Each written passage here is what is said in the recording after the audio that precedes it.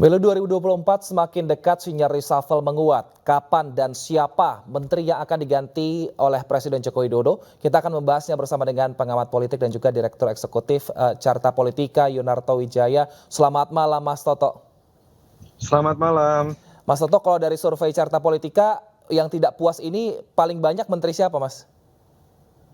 Loh, kita tidak pernah menanyakan itu ya. Jadi pertama saya harus jelaskan dulu, survei ini tidak hanya khusus mengenai reshuffle. Survei ini adalah catatan akhir tahun yang bertanya tentang evaluasi kebijakan pemerintah. Kita tanyakan approval rating, lalu secara sektoral, lalu kita tanyakan juga turunannya adalah kepuasan terhadap menteri. Kita ingin lihat seberapa linear kepuasan terhadap presiden, apakah berbanding linear dengan kepuasan terhadap kinerja kabinet. 72,9% responden menyatakan puas dengan kinerja pemerintahan Jokowi Ma'ruf. Tapi memang hanya 60,5% yang menyatakan puas dengan kinerja kabinet. Yang menarik kan pertama di situ ada gap antara kepuasan kerja terhadap presiden dan wakil presiden dengan terhadap menteri. Jadi ada gap sekitar 12%. Dan yang menarik adalah ketika kita kemudian tanyakan bahwa apakah Anda setuju atau tidak apabila presiden melakukan reshuffle kembali, dan memang 61,8% menyatakan setuju. Pertanyaannya adalah apakah ada pertanyaan lanjutan mengenai menteri mana yang layak di reshuffle? Saya merasa bahwa pertanyaan mengenai kepuasan terhadap menteri sendiri itu tidak pernah kita tanyakan di Carta Politika karena itu tidak apple to apple.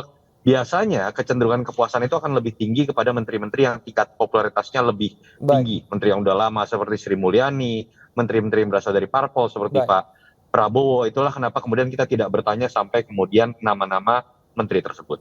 Baik, tapi kalau dari Mas Toto sebagai pengamat politik, siapa menteri yang akan di-reshuffle kira-kira? Nggak bisa, Mas. Ketika berbicara mengenai reshuffle pun, saya agak berbeda pandangan dengan sebagian media yang mengatakan ada sinyalemen reshuffle.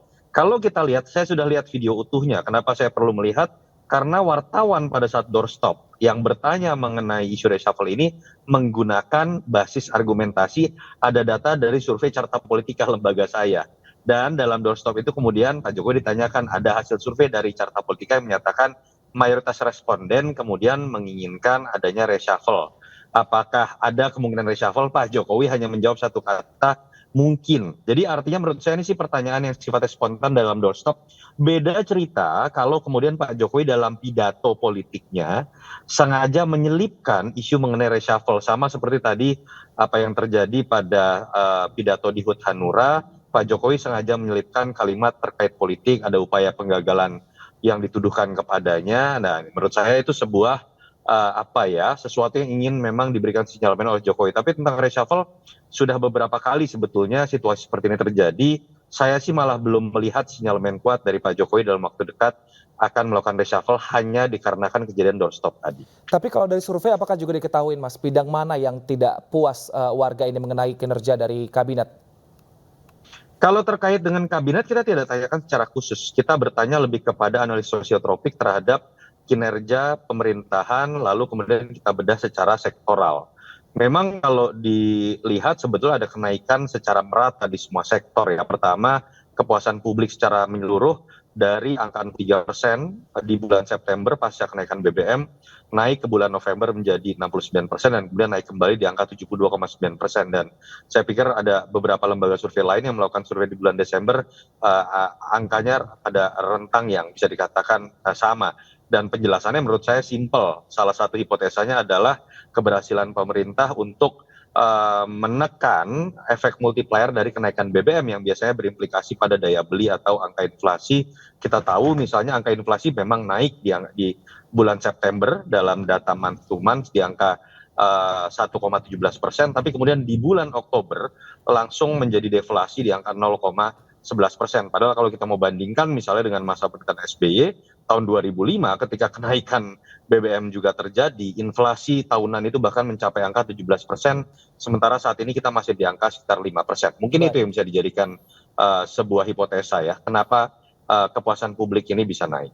Baik, tapi jika kita melihat sekarang saat ini pemerintahan Jokowi tidak sampai 2 tahun lagi, meskipun masih kata-kata mungkin, jika seandainya di reshuffle, ini tepatkah untuk di kala sebentar lagi kita menghadapi pesta politik, Mas Toto?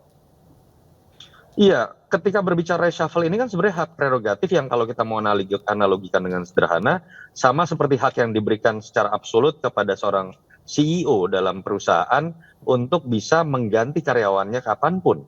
Dan itu kan biasanya berbasiskan kinerja. Itu yang menurut saya tiap hari pun katakanlah presiden mengganti menterinya, itu diperbolehkan sebagai hak absolut yang diberikan oleh sistem ketatanegaraan kita dengan sistem presidensial. Tetapi kalau pertanyaan efektif atau tidak, saya merasa bahwa kalau reshuffle ini diartikan dalam konteks tata ulang kinerja, menurut saya Jokowi harus melakukan itu kepada menteri-menteri yang memang dirasa kinerjanya buruk untuk meninggalkan legacy yang baik. Jangan sampai kemudian reshuffle hanya diartikan menjadi tata ulang koalisi sebatas pada penilaian menteri dari parpol mana yang dianggap sudah mbalelo lalu kemudian diganti. Itu bisa saja dilakukan, tetapi efeknya secara positif akan lebih berpengaruh ketika reshuffle diartikan dalam konteks tata ulang kinerja tadi, sehingga kemudian Jokowi meninggalkan legacy yang baik.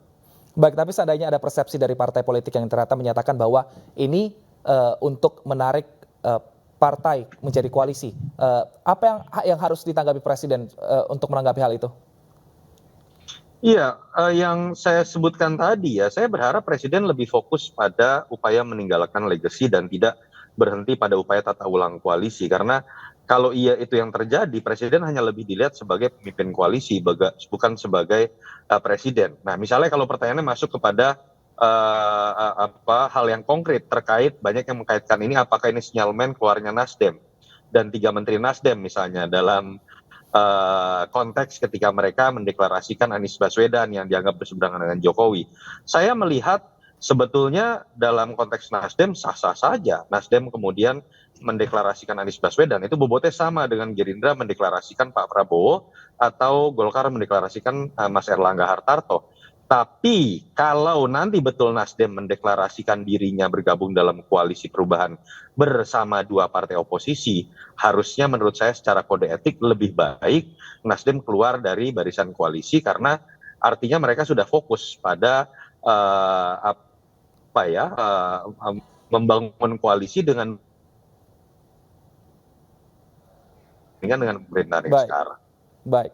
Baik, terima kasih Mas Toto. Kita nantikan seperti apa langkah presiden. Apakah kata mungkin ini menjadi fakta? Kita nantikan bersama. Terima kasih Mas Toto telah bergabung bersama kami di iNews Prime. Selamat malam.